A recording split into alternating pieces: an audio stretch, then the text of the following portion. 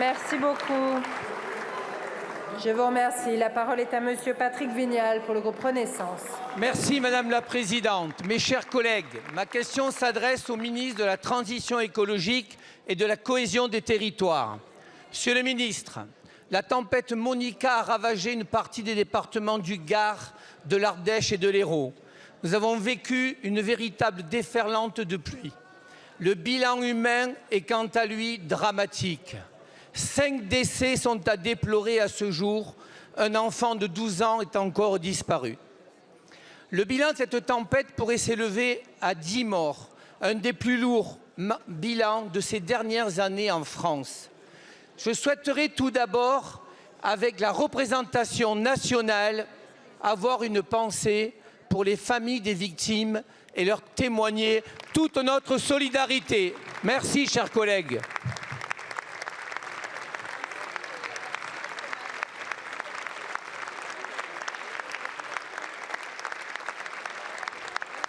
Je voudrais vous dire qu'on a retrouvé la fillette de 4 ans, malheureusement.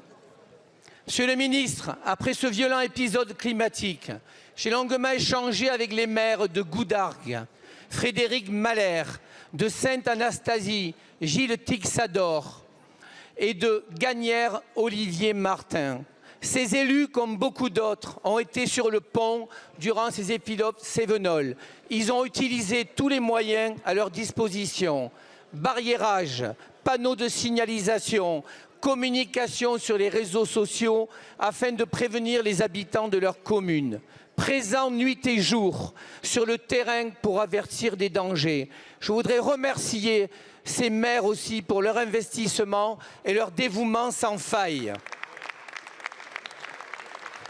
Et je voudrais remercier aussi la réactivité des différents services préfectoraux, départementaux, pompiers et forces de police.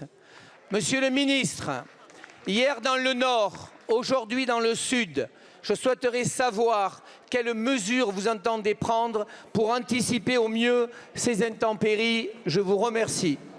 Merci beaucoup, mon cher collègue. La parole est à Monsieur Christophe Béchu, ministre de la Transition écologique et de la cohésion des territoires. Merci Madame la Présidente. Monsieur le député Vignal, vous l'avez dit, en seulement quelques heures, c'est l'équivalent de 2 à 3 mois de précipitations avec cette tempête Monica qui se sont abattues sur le Gard. Le fait que nous ayons connu un mois de février qui a été le mois le plus chaud a favorisé une évaporation de la mer. Cette eau a été bloquée par les Cévennes et elle a provoqué ensuite un épisode cévenol d'une immense violence. Je voudrais associer Gérald Darmanin, le ministre de l'Intérieur, à la réponse que je vous fais. D'abord, pour joindre mes propos aux vôtres sur les remerciements pour les 35 militaires de la gendarmerie, pour les 110 sapeurs-pompiers, pour les plongeurs, pour les moyens aériens, 2 hélicoptères, des drones qui ont été déployés et qui continuent de l'être. Parce que vous avez raison de le souligner. On a à la fois un bilan humain qui est dramatique, avec cette petite fille de 4 ans qui vient d'être retrouvée, mais nous continuons à chercher, malheureusement, au moins un enfant de 12 ans qui a disparu.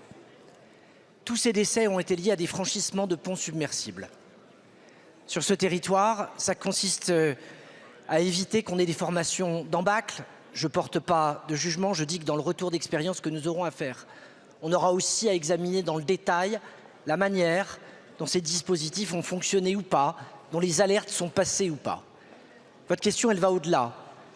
Elle insiste sur la nécessité que dans le plan national d'adaptation au changement climatique qui sera présenté pour l'été, depuis les épisodes d'inondation qu'on a vécu dans le Pas-de-Calais, où nous étions à nouveau hier avec le Premier ministre, jusqu'à l'augmentation de ce type d'épisode méditerranéen, on est à la fois en termes de prévention, en termes de doctrine, d'intervention et en termes de suivi, un rehaussement de notre niveau de jeu. L'Assemblée nationale sera bientôt saisie de ce projet national d'adaptation. Merci de votre question. Merci beaucoup, Monsieur le ministre. La parole